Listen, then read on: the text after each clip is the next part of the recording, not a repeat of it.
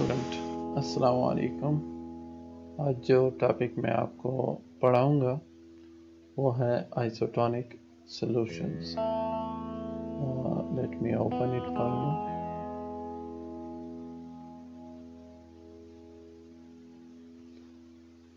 ये जो power point में मैंने प्रेजेंटेशन बनाई है, ये मैं गूगल क्लासरूम में भी आपके साथ शेयर करूँगा ताकि आप इसको फिर स्टडी कर सकें। जी, तो यह है आइसोटोनिक सॉल्यूशन के बारे में। अब जैसे कि आप जानते हैं कि हमारे बॉडी फ्लूइड में मुख्तलिफ आयन्स मौजूद होते हैं। इन आयन की मौजूदगी और इनकी concentration through out the body nearly same रहती है, और ये कंसंट्रेशन इन आवर बॉडी ये एक ख़ास ऑस्मोटिक प्रेशर क्रिएट करते हैं। अब ये प्रेशर ज़रूरी इसलिए है कि अगर हम कोई मेडिसिन लेना चाहें, जिस तरह के इंजेक्टेबल्स होते हैं, या कोई आँखों में, नाक में या किसी और टिश्यू में कोई इंजेक्टेबल देना चाहे, आँख में कोई सोल्यूशन डालना चाहे और उसकी कंसंट्रेशन, उसका ऑस्मोटिक प्रेशर वेरी करें हमारे फिजियोलॉजिकल ऑस्मोटिक प्रेशर से, तो फिर टिश्यू में मसाइल पैदा हो सकते हैं। हमारे टिश्यू सेल्स साइज में बढ़ सकते हैं, साइज में कमज़ोर हो सकते हैं, डिक्रीज हो सकते हैं। तो ऑस्मोटिक प्रेशर इस तरह से काफ़ी इम्पोर्टेंट बन जाता है। तो अब देखते हैं कि आइसोटोनिक सॉल्यूशन किसे कहते हैं। आइसोटोनिक सॉल्यूशंस वो दो सॉल्यूशन होते हैं जिनका आपस में ऑस्मोटिक प्रेशर सेम हो। अब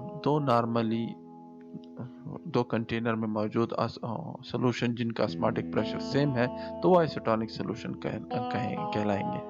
बट यहाँ पर हम फिजियोलॉजी स्टडी कर रहे हैं, तो हम कहेंगे एक सॉल्यूशन का जब ऑस्मोटिक प्रेशर हमारे फिजियोलॉजिकल फ्लूइड्स के साथ सेम होगा तो वो आइसोटोनिक सॉल्यूशन कहलाएगा।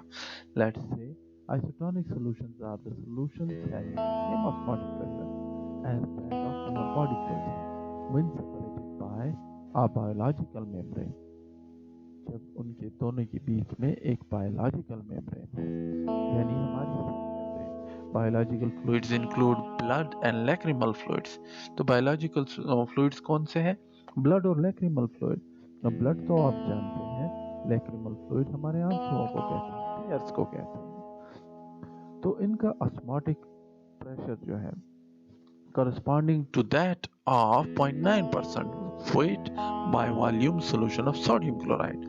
अब हमारे लैक्रिमल फ्लूइड और ब्लड का जो ऑस्मोटिक प्रेशर है वो कॉरिस्पॉन्ड कर रहा होता है, यानी वो किसके बराबर होता है? 1.9% वेट बाय वॉल्यूम सोल्यूशन के, किसके? सोडियम क्लोराइड के सोल्यूशन के। अब 0.9% सोल्यूशन जो सोडियम क्लोराइड का है ये आइसोटोनिक सोल्यूशन कहलाता है, क्योंकि इस कंसंट्रेशन पर सोडियम क्लोराइड जो ऑस्मोटिक प्रेशर क्रिएट कर रहा है वो हमारे बॉडी फ्लूइड के साथ बिल्कुल सेम है। तो ये एक same body osmotic pressure create कर रहा है। अब इसके साथ जब हम अपने जिस्म में कोई सोल्यूशन इंट्रोड्यूस करते हैं तो हमें जहन में रखना चाहिए कि उसकी पीएच वगैरह तो एडजस्ट होगी, साथ में कंसंट्रेशन चाहे जो भी हो उसका ऑस्मोटिक प्रेशर हमारे बॉडी फ्लूइड के साथ सेम होना चाहिए। अब कंसंट्रेशन का मैंने कहा, बट सोडियम क्लोराइड ये ऑस्मोटिक प्रेशर सिर्फ 0.9% सोल्यूशन में ही देगा। तो अब इसको पढ़ते हैं। In addition to carry out pH adjustment, pharmaceutical solutions that are meant for application to delicate membranes of the body should also be adjusted to approximately that of osmotic pressure। जिस तरह के मैंने अभी आपको बताया, isotonic solution cause no swelling or contraction of tissue, यानी अगर solution isotonic है इंजेक्टेबल तो आपकी टिश्यू पर कोई बोझ नहीं डालेगा, ना तो उसको स्वेल करेगा ना उसको कंट्रैक्ट करेगा। स्वेलिंग और कंट्रैक्शन की बातें आगे मैं समझाता हूँ कि स्वेल क्यों होते हैं, कंट्रैक्ट क्यों होते हैं। अच्छा, जो भी टिश्यू हमारे आइसोटोनिक सॉल्यूशन के साथ कांटेक्ट में आएगा उसमें कोई स्वेलिंग और कंट्रैक्शन नहीं होगी एंड प्रोड्यूस नो डिस्कम्फर्ट, और कोई डिस्कम्फर्ट भी पैदा नहीं करेगा जब हम उसको इंस्टिल करेंगे अपनी आई में, नेजल ट्रैक में, या ब्लड में, या किसी और टिश्यू में। तो isotonic sodium chloride is a familiar pharmaceutical example. अब सोडियम क्लोराइड का आइसोटोनिक सोल्यूशन आप सब ने देखा है, अगर आपने कभी तवज्जो दी हो। अगर इस बार अगर आपके जहन में नॉर्मल से लाइन आए तो उसको ज़रूर देखिएगा, उस पर लिखा होता है 0.9% weight by volume solution of sodium chloride. अच्छा, अब ये 0.9% medium weight by volume solution of sodium chloride जो है, इसका ऑस्मोटिक प्रेशर आरबीसी के जो साइटोप्लाज्म है उसके बराबर होता है। Thus it is said to be isotonic, तो हम इसको आइसोटोनिक कहते हैं। और ये फिजियोलॉजिकल सोल्यूशन है, इसको हम नॉर्मल सेलाइन सोल्यूशन भी कहते हैं। अगर हम इसमें आरबीसीज को डालेंगे, लास्ट वाले पैरा को मैं एक्सप्लेन कर रहा हूँ, अगर हम इस सोल्यूशन में आरबीसीज को डालेंगे तो उसके साइज और शेप में कोई फर्क नहीं पड़ेगा, क्योंकि ये आइसोटोनिक है। और आइसोटोनिक सोल्यूशन का यही काम होता है कि वो बॉडी टिश्यू को डैमेज नहीं करता, उनकी शेप को और उनके जो कंसंट्रेशन है उनको, उसमें जो साइटोप्लाज्म की कंसंट्रेशन वगैरह है। नेक्स्ट स्लाइड पे मैं आपको बता रहा हूँ हाइपरटोनिक, यानी हम आइसोटोनिक के बाद हाइपरटोनिक, जिस तरह की इसका नाम जाहिर कर रहा है हाइपर, यानी यहाँ पर कंसंट्रेशन ऑफ द सॉल्यूशन बढ़ गई है। तो जब कंसंट्रेशन ऑफ सॉल्यूशन बढ़ेगी, ऑफ कोर्स इस सॉल्यूशन का ऑस्मोटिक प्रेशर भी बढ़ेगा। अब एक तरफ इस सॉल्यूशन का ऑस्मोटिक प्रेशर है, दूसरी तरफ जो हमारा बॉडी फ्लूइड है उसका ऑस्मोटिक प्रेशर है, बीच में मेम्ब्रेन है। अब खुद सोचिए फ्लूइड किस तरफ जाएगा, यानी कि हमने आरबीसीज को यहाँ पर सस्पेंड किया इस हाइपरटोनिक सॉल्यूशन में, जो कि 2% है। नॉर्मल जो आइसोटोनिक कितना था, 0.9%।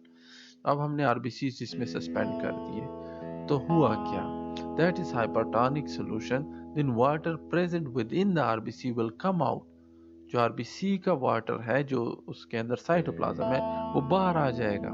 That is due to osmosis, osmosis की वजह से from dilute RBC fluid to concentrated hypertonic solution. जो आरबीसी के अंदर का सॉल्यूशन है वो तो डाइल्यूट ठहरा, हमने जो बाहर हाइपरटोनिक सॉल्यूशन बनाया था उसकी निस्बत। तो अब ये डाइल्यूटेड सॉल्यूशन क्या करेगा, अपना फ्लूइड बाहर छोड़ देगा, बाहर जो कंसंट्रेटेड हमारे पास सोडियम क्लोराइड का सॉल्यूशन है। क्योंकि ये उसको डाइल्यूट करना चाहता है, तो इस वजह से सारा सॉल्यूशन बाहर आ जाएगा।